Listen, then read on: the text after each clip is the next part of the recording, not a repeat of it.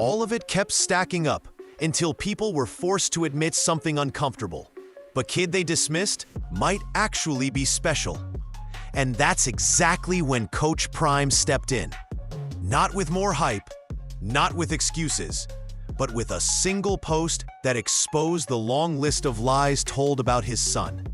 A post that didn't just defend Shedeur, it pulled the curtain back on how easily a narrative can be manufactured and how fast the public can be misled. And once that truth hit the internet, everything changed. For months, the conversation around Shedeur Sanders wasn't shaped by his talent. It was shaped by a list of claims that spread across the football world like wildfire. None of them came from teammates. None came from coaches who actually worked with him. Most didn't even come from people who watched him play. Yet somehow, all of it kept stacking up until people were forced to admit something uncomfortable. The kid they dismissed might actually be special. And that's exactly when Coach Prime stepped in.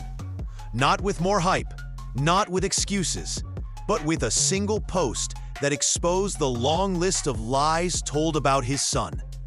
A post that didn't just defend Shedeur, it pulled the curtain back on how easily a narrative can be manufactured and how fast the public can be misled. And once that truth hit the internet, everything changed. For months, the conversation around Shedeur Sanders wasn't shaped by his talent. It was shaped by a list of claims that spread across the football world like wildfire. None of them came from teammates. None came from coaches who actually work with him. Most didn't even come from people who watched him play. Yet somehow, these unverified accusations became the foundation of how many fans judged him before he ever stepped onto an NFL field. Reports claimed he didn't connect with teammates, even though players who actually shared locker rooms with him consistently described him as respectful and locked in. Analysts said he had poor study habits, despite the fact that teammates repeatedly praised his preparation. Rumors suggested he sat in the back of meeting rooms, detached and uninterested, something that was never supported by anyone who'd actually seen him in those meetings. The deeper you look, the more obvious it becomes. None of these criticisms were based on fact. They were built on assumption, on bias, and on the expectation that a confident young quarterback was supposed to fit a mold he never agreed to. And when he didn't match the image they wanted, the media made one for him.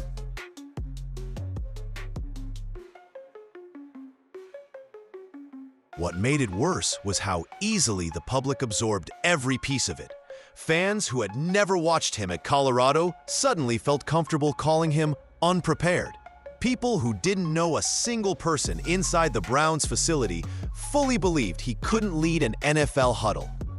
And once those claims caught traction, they became fuel. Entire platforms grew by repeating them. Clips were misinterpreted. Body language was overanalyzed. Even harmless moments turned into proof that Shedeur wasn't ready. But all of it started cracking the moment he finally touched the field. Because when the lights came on, everything they said he couldn't do, he did. And when that happened, critics didn't know where to stand. The same analysts who dismissed him suddenly shifted their tone.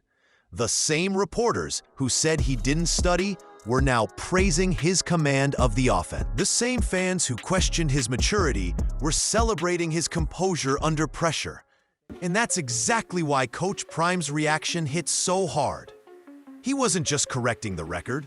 He was calling out an entire machine that built a narrative on fiction. But here's where things get even more interesting. The lies didn't just disappear. They exposed something bigger about how the media treats young athletes. The moment Shedeur Sanders started proving those early narratives wrong, something unexpected happened. The very people who once questioned him suddenly acted like they always believed in him. But the truth is, the media didn't just misjudge him, they helped create a climate where lies spread faster than facts. And the way those stories gained momentum reveals a lot about how modern sports coverage really works. It started quietly. One small rumor, one anonymous report, one insider hinting that Shedeur wasn't the type of quarterback who could thrive in an NFL locker room. None of it came with proof, yet none of it needed proof. Once the idea was out there, it took on a life of its own. Commentators repeated it, bloggers expanded it, fans shared it. Before long, the story wasn't "someone said this." It became "everyone knows this." And that's where the real issue begins. Repetition creates credibility, even when the source has none. When Shedeur's name started trending, not because of what he did on the field, but because of the drama built around him, media outlets realized something. His name brought clicks. His name brought comments. His name brought... They twisted harmless interactions into evidence of deeper problems. They turned one young quarterback into a character in a storyline that had less to do with football and more to do with attention. But as all that was happening, Shedeur himself stayed measured. No emotional rants, no online arguments, no attempts to clap back. And ironically, that calmness only made the narrative swing harder. A quiet athlete becomes an easy target because he's not out there begging for approval or defending every rumor. So the cycle continued until his play forced people to face reality. The moment he stepped on the field and started delivering, the tone shifted. Analysts who once doubted his intelligence suddenly praised how quickly he diagnosed offenses. The same people who claimed he had a weak arm were breaking down his deep ball placement.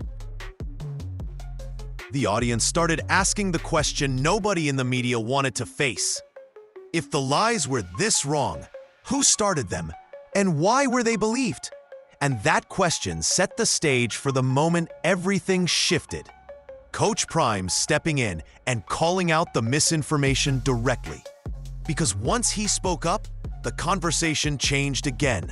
But this time, the spotlight turned toward the people who built the false narrative in the first place. When Coach Prime finally decided to speak up, it wasn't with a press conference, a rant, or a defensive monologue. Instead, he dropped a single post, calm, direct, and devastating to the narrative that had been built around his son for months. And what made his response so powerful was the simplicity of it. He didn't argue. He didn't accuse. The post read like a checklist of everything critics insisted was wrong with Shedeur. Doesn't get along with teammates, weak arm, doesn't study, low football IQ, too slow for NFL speed. Every one of those lines had been repeated online, sometimes by people who didn't even realize where they originally came from. Yet each claim crumbled the second the real Shedeur stepped into the spotlight, calm, poised, and unbothered by the noise swirling around him. Coach Prime didn't need to add tension or emotion. He simply labeled each statement exactly for what it was: untrue. And that clarity hit the football world harder than any fiery response ever could. Because when a father, who also happens to be one of the most respected athletes in the world, calmly reveals the truth, the lies lose their power instantly. But he didn't stop there. His final line, "God has the final say," not man, cut through the conversation like a blade. It wasn't just a spiritual message. It was a reminder that no amount of manufactured criticism can erase talent, character, or work ethic. It was a message to fans, a warning to the media, and a quiet reassurance to his son that the truth always finds its way through. That post didn't just defend Shedeur. It exposed the system around him. It revealed how quickly narratives can be built, how easily perceptions can be manipulated, and how willing people are to believe the worst about a young athlete they've never met. And suddenly, the spotlight wasn't on Shedeur's supposed flaws anymore. It was on the people who repeated them without ever asking whether they were real. But here's where it gets even more interesting. The lies didn't just collapse. They actually fueled something even bigger.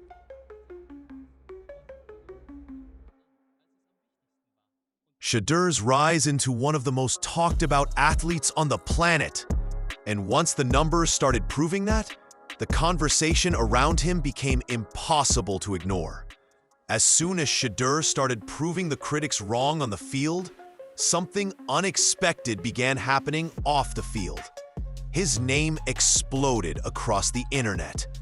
Not just in Colorado, not just in Cleveland, not just in NFL circles, globally. Almost overnight, Shedeur Sanders went from being a question mark in the eyes of doubters to becoming the most Googled athlete in the entire world. Think about that for a second. More searched than LeBron, more searched than Mahomes, more searched than Steph, Caitlin Clark, Angel Reese, Jalen Hurts, everybody. That kind of surge doesn't happen by accident. It happens when the public sees a story unfolding that feels bigger than sports.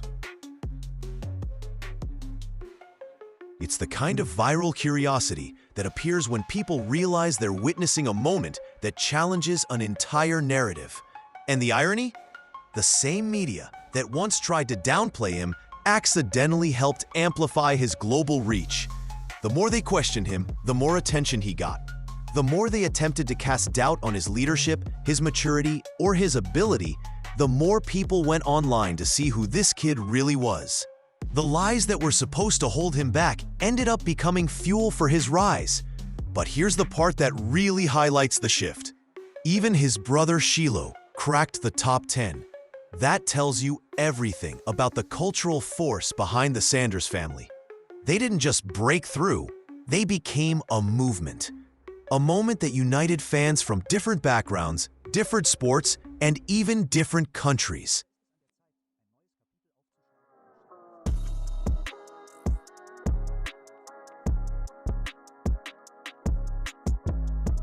Shedeur's popularity wasn't built on controversy or drama. It was built on impact. Young athletes saw someone their age standing firm while the world doubted him.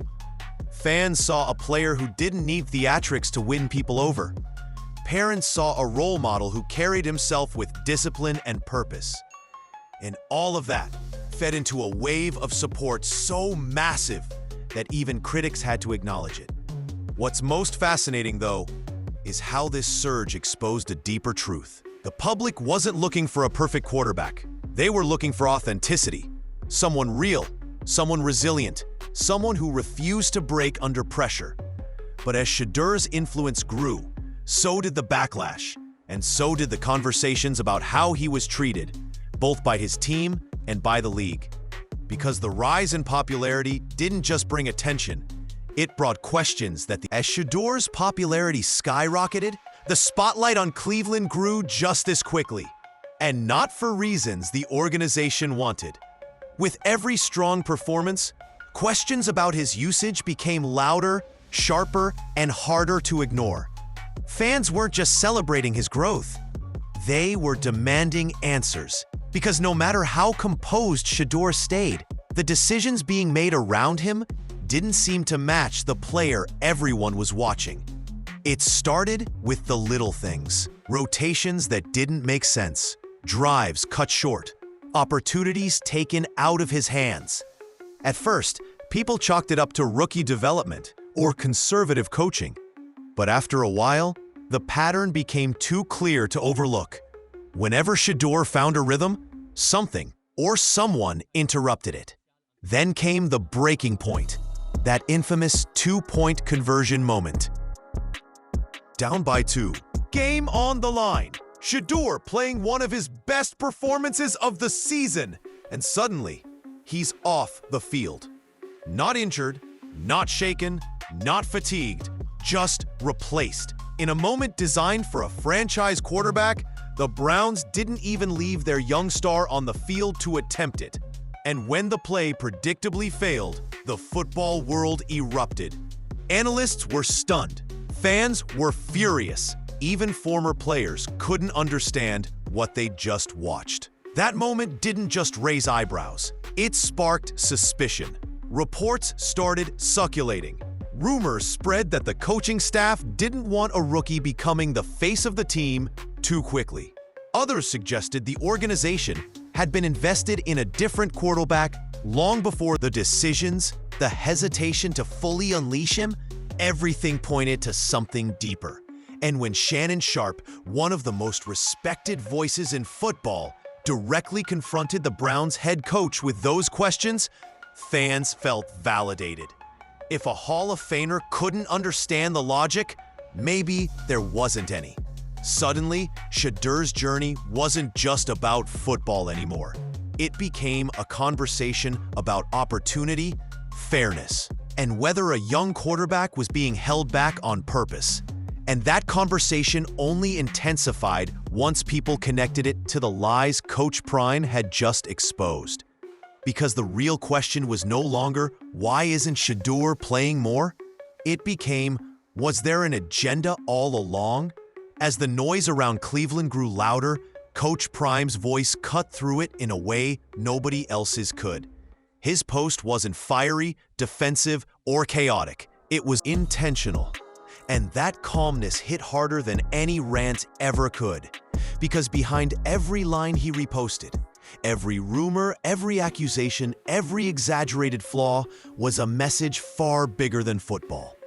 For months, people felt comfortable reducing Shedeur to a list of made-up weaknesses. They attacked his work ethic, his intelligence, his leadership, even the way teammates supposedly viewed him. And while those lies spread across social media, sports talk shows, and newsrooms, Shedeur never fired back. He stayed quiet, focused, locked in on the job. To some people, that silence looked like indifference. But Coach Prime understood what it really was: discipline. When he reposted that list, he wasn't simply defending his son. He was showing the world how easily a young black athlete can be misrepresented. The moment he carries confidence, people twist it into arrogance. The moment he shows composure, they call it detachment. The moment he doesn't fold under pressure, they try to create pressure another way. And in that moment, Coach Prime wasn't just speaking as a Hall of Famer. He was speaking as a father who watched a narrative get built from nothing, then weaponized against a kid who hadn't even been given a fair chance. But instead of anger, he chose faith. Instead of arguments, he chose clarity. Instead of feeding chaos, he revealed the truth. God has the final say, not man. That line hit fans because it reframed everything. It reminded people that no amount of speculation, criticism, or sabotage could stop a player whose talent keeps showing up on the field. And it sent a message to every young athlete watching.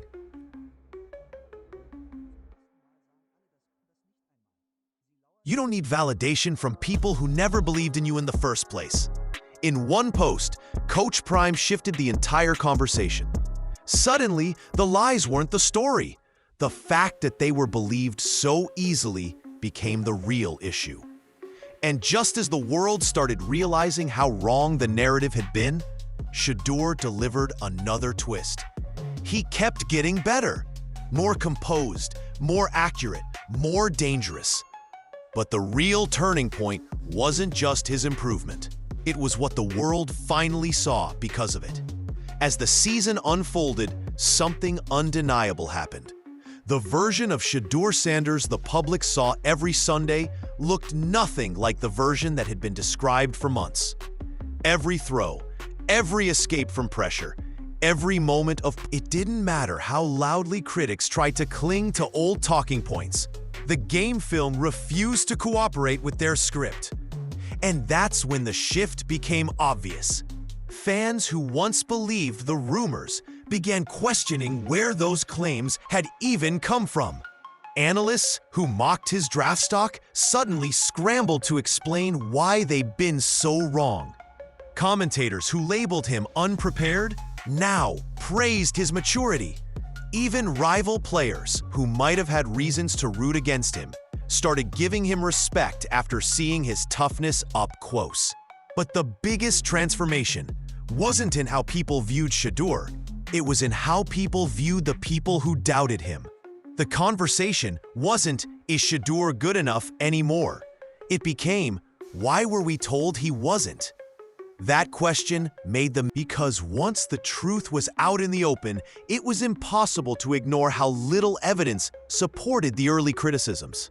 And the more Shedeur succeeded, the more obvious it became that those weaknesses had never existed in the first place. His accuracy wasn't a surprise. It was always there. His leadership wasn't sudden. It had been overshadowed. His confidence wasn't arrogance.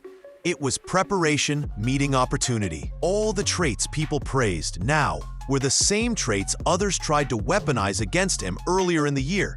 And the irony? The very pressure that was supposed to break him ended up sharpening him. Every false story gave him more reason to lock in. Every doubt gave him more fuel. Every setback turned into another moment where he proved in real time why he deserved to be seen differently. By the time the narrative finally shifted, Shedeur wasn't just a promising rookie. He was a symbol, a reminder that talent can't be buried by opinion, a reminder that truth outlasts noise, a reminder that you can't manufacture doubt strong enough to stop someone who refuses to bend. But even with his rise, one question remained. If the truth was always this obvious, why did it take the world so long to see it? Looking back now, it's almost unbelievable how far the story has shifted. A year ago, Shedeur Sanders was being treated like a long shot, a project, a name the league could afford to overlook. Today, he stands at the center of one of the biggest conversations in sports. Not because the media finally discovered him, but because he forced the truth into the spotlight through sheer performance and unshakable composure. The lies that once surrounded him have collapsed under the weight of reality. They weren't just inaccurate, they were exposed. And once Coach Prime stepped in and reposted the list of false narratives, it didn't just clear his son's name. It held up a mirror to an entire system that was far too comfortable tearing down a young athlete before he ever had a chance to speak for himself. Because the real story was never about whether Shedeur had talent. It was about why so many people were determined to convince the world he didn't. Whether it was lazy reporting, hidden agendas, or simply the media's obsession with sensationalism, the truth got buried beneath speculation until Shedeur ripped it out of the ground, one snap at a time. What makes this moment even more powerful is that Shedeur never responded with bitterness. He never lashed out at the critics who doubted him or the reporters who misrepresented him. Instead, he showed up, stayed disciplined, and played like someone who already knew how the story would end. And that is why his rise resonates far beyond the field. For young athletes watching, he became proof that confidence doesn't have to be loud to be real. For people who have been underestimated, he became an example of what patience and preparation can overcome. And for the culture, his journey turned into a rallying point, a reminder of how easily narratives can be twisted and how important it is to challenge them. Now, the conversation isn't about whether Shedeur belongs in the NFL. It's about what ceiling he might break next. The same critics who doubted him are now rushing to rewrite their takes. The same analysts who overlooked him are now calling him the future. And the same league that once ignored him is now watching him with caution, because they know exactly what he's capable of. But maybe the most important part is this: the truth won. And it won because Shedeur never stopped believing in the version of himself that the world eventually had no choice but to see.